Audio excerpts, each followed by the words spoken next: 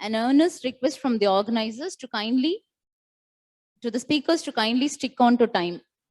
We are running almost an hour back.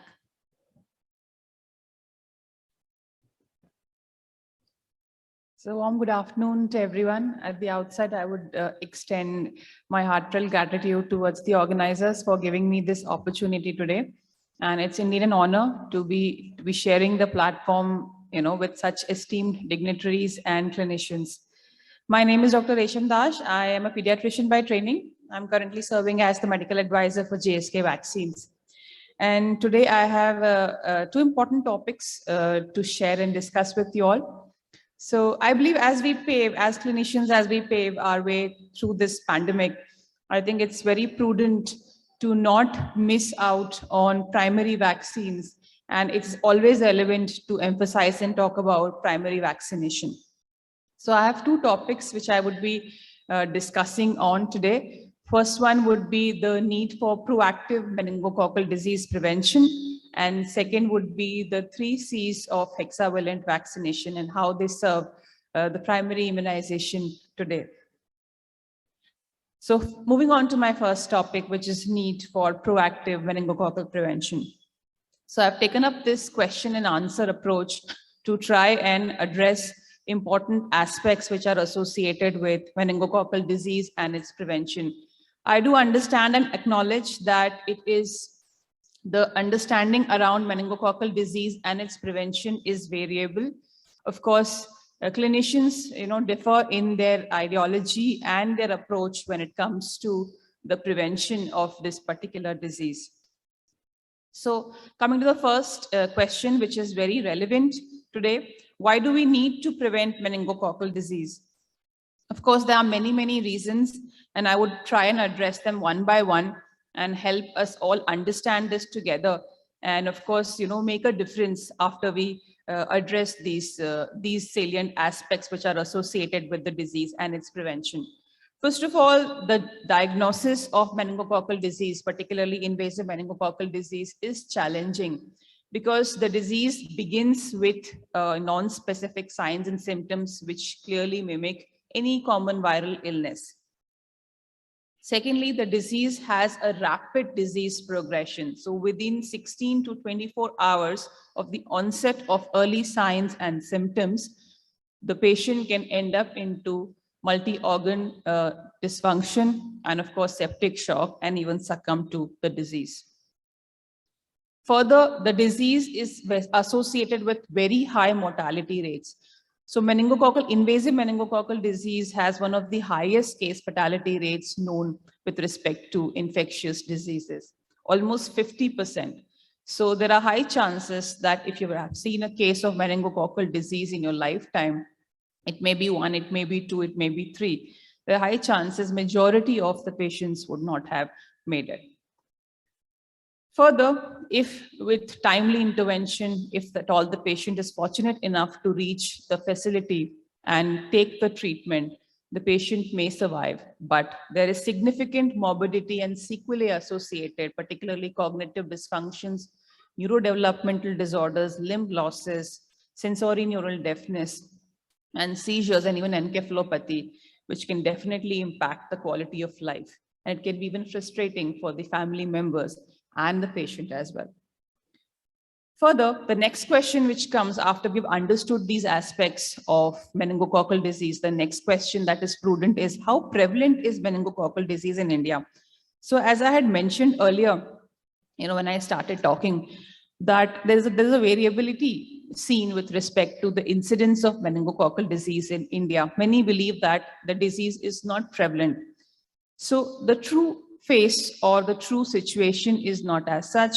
As reflected, as you can see, that the disease or the cases are seen or are reported from all across India. Of course, there are more cases, more outbreaks that have been reported from the northern part of India as well as the northeast. But the disease has its prevalence and incidence across the country. So this, the graph on the right-hand side basically depicts the recent, or I would say the outbreaks that we've had in the last 15 to 20 years with respect to meningococcal disease. And as you can see, this disease or the outbreak, are periodic. They happen over time. And the last one which was seen was in the year 2011, wherein a significant number of cases were denoted, and of course, significant number of deaths were found. And we really don't know where we are headed, with respect to a fresh outbreak. And the cases that were reported in all these outbreaks were from all the, commonly implicated serotypes, namely A, C, W, and Y. Coming to the next question, does the disease burden data in India capture the actual incidence? So the direct answer, if at all I have to answer it in one word, would be no. So whatever we are aware of, whatever we know today, it's just the tip of the iceberg. And that only happens when a sure shot lab diagnosis takes place for this particular disease and is notified. And as I had mentioned earlier, since the disease has a very rapid progression, non-specific onset, giving very little time for the patient to reach the facility or even the doctor to make a diagnosis, makes it all the more difficult to be diagnosed as such and notified. So of course, we have limited data surveillance. Surveillance in India is not robust comparing to the population, of India. Insufficient lab capacity, slow and expensive methods, particularly RT-PCR, which is supposed to be, the most sensitive method, specific as well as sensitive method for meningococcal, invasive meningococcal meningitis or disease, is not available that freely all across the country. And of course, the expertise required or the setup required may not be available at all places. And of course, prevalence of extensive and non-rational use of antibiotics, which makes it difficult for the organism to be cultured and even picked up. So also it impacts the treatment protocol because of the fact that you're not able to pick up the disease and make the right management of choice. So in such a scenario, how can we help prevent IMD? So I think as we walk through this pandemic, we are still in one. One thing that has, come out, very, very obviously is that prevention is better than cure. And people are more receptive towards knowing about vaccine and vaccination, and of course, their acceptability towards it. And when you talk about a disease like invasive meningococcal disease, I think this simple line that prevention is better than cure definitely holds good. And if you look at what WHO has recommended, they have recommended meningococcal vaccine and vaccination across different high-risk population and across age groups, particularly the high-risk group in children and young adults, military recruits, lab workers, healthcare professionals, travelers to high endemic areas, individuals suffering from certain immunodeficiencies, and of course, maybe primary or secondary, and other infections causing immunodeficiency such as HIV. IAP also recommends meningococcal vaccination for high-risk groups, as of course mentioned by WHO, and particularly also in outbreaks and for international travelers such as Hajj pilgrims and students pursuing studies abroad. So of course, who are at high risk in India? Of course, we are a nation of 1.3 billion people with a large number of people per square kilometer. So of course, this definitely is a high risk factor when we look at the aspect of overcrowding. And since India is a land of festivals, there are a lot of mass gatherings and religious gatherings happening over time to time, which definitely predisposes individual to acquire the disease. And overcrowding is one of the important and significant risk factors recognized for meningococcal disease. So of course, this amounts for protection and prevention. Coming to the vaccines that are available in India with respect to prevention of meningococcal disease. So we have two meningococcal conjugate vaccines. The first one is Menveo, which is from GSK, the company I represent. And of course, the other one is ACWY-DT, which is or better known as Menectra. So if you look at the salient features, both these vaccines are WHO pre-qualified. About Menveo, it comes in with more than 12 years of global experience. It is approved in more than 60 countries across the globe, both US and the European Union region.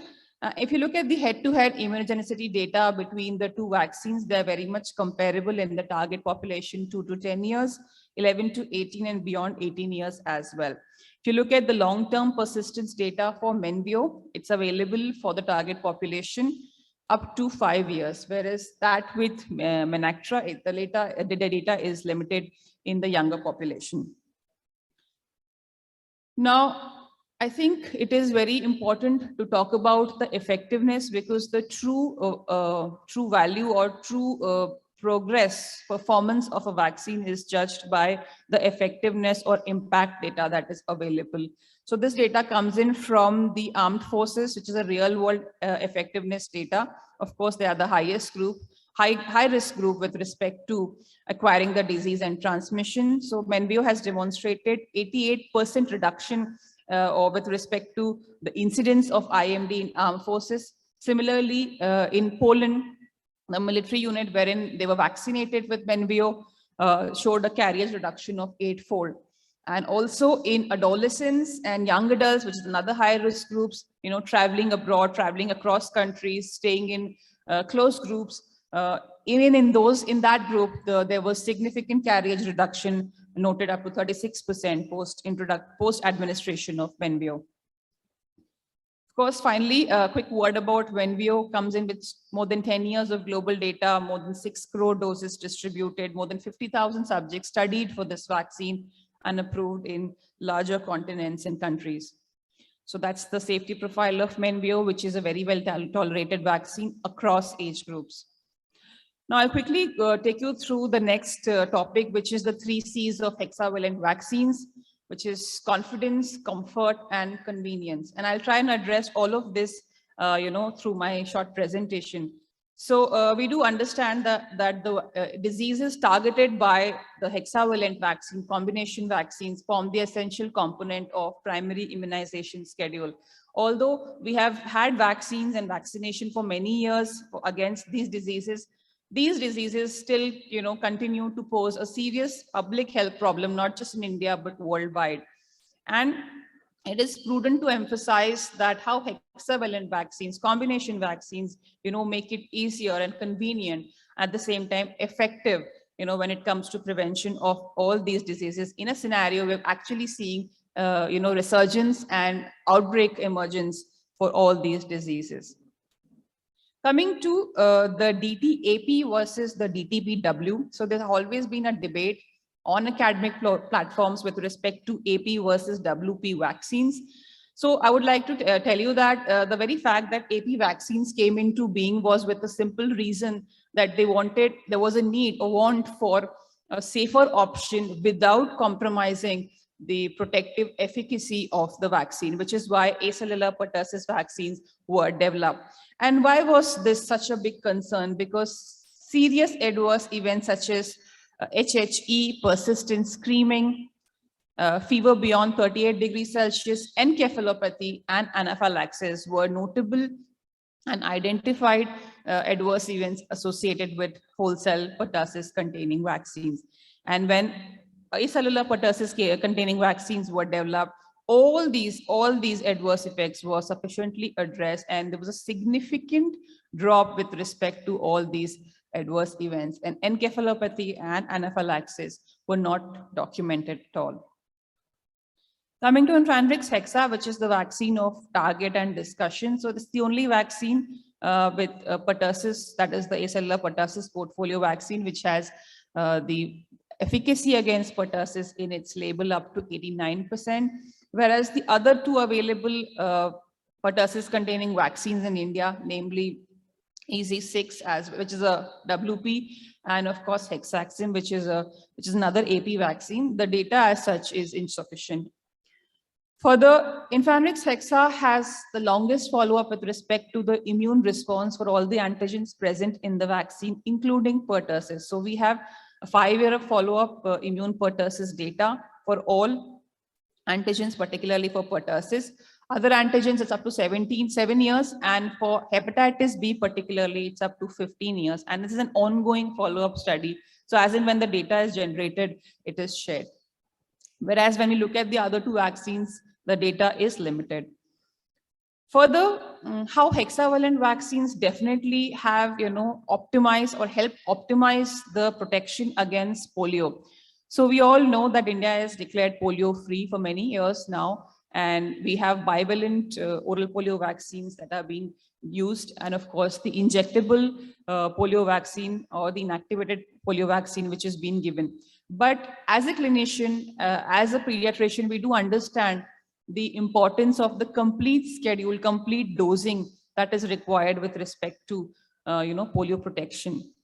So although there are many schedules that are recommended with respect to inactivated polio vaccines, the best and the most effective till date is the primary schedule, wherein you give 3 doses in the first year of life, followed by 2 booster in the second year of life, and of course the third one in the 4th to 5th year of life.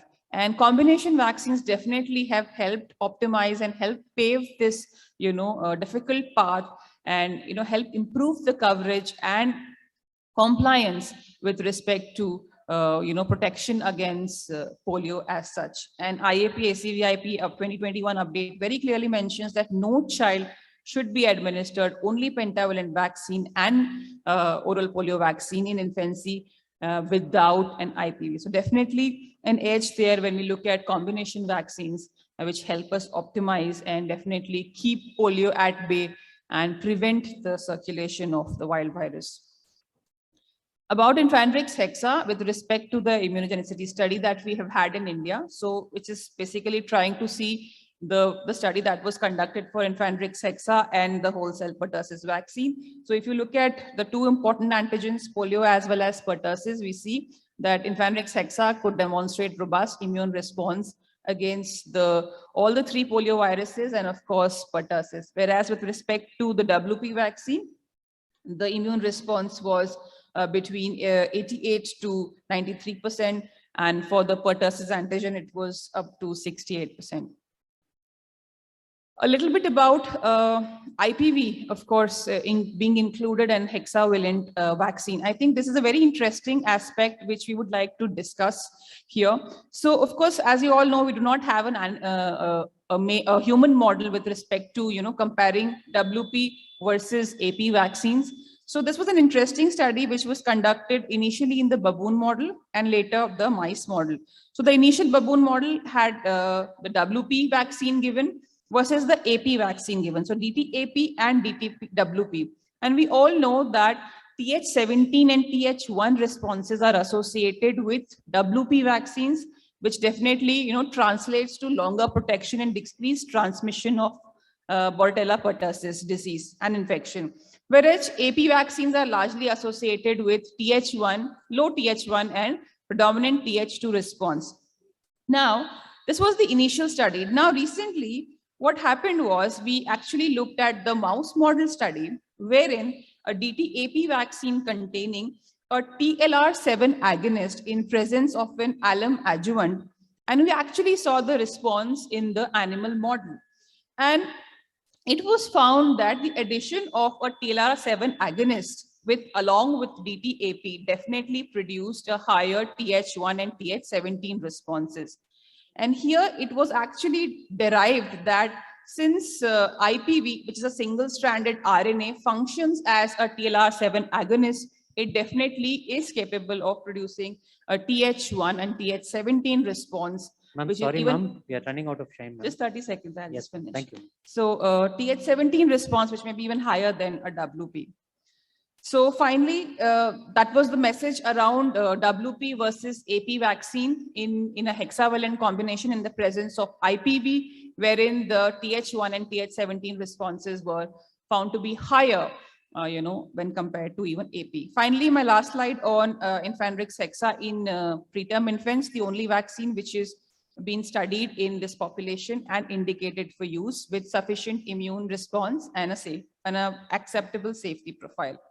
My final slide, key messages. It's the only hexavalent vaccine with pertussis efficacy of 84 to 89%, immune persistence data up to 7 years for all antigens, hexavalent vaccine studied and licensed for use in preterm population, which is a high-risk population, comes in with more than 20 years of experience.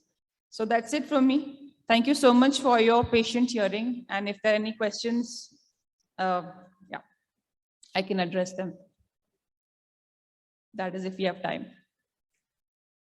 Thank you, ma'am. May I now request Dr. Gunasingh, sir, former Dean, Kanyakumari Medical College, to hand over the memento to the speaker, Dr. Resham Dash.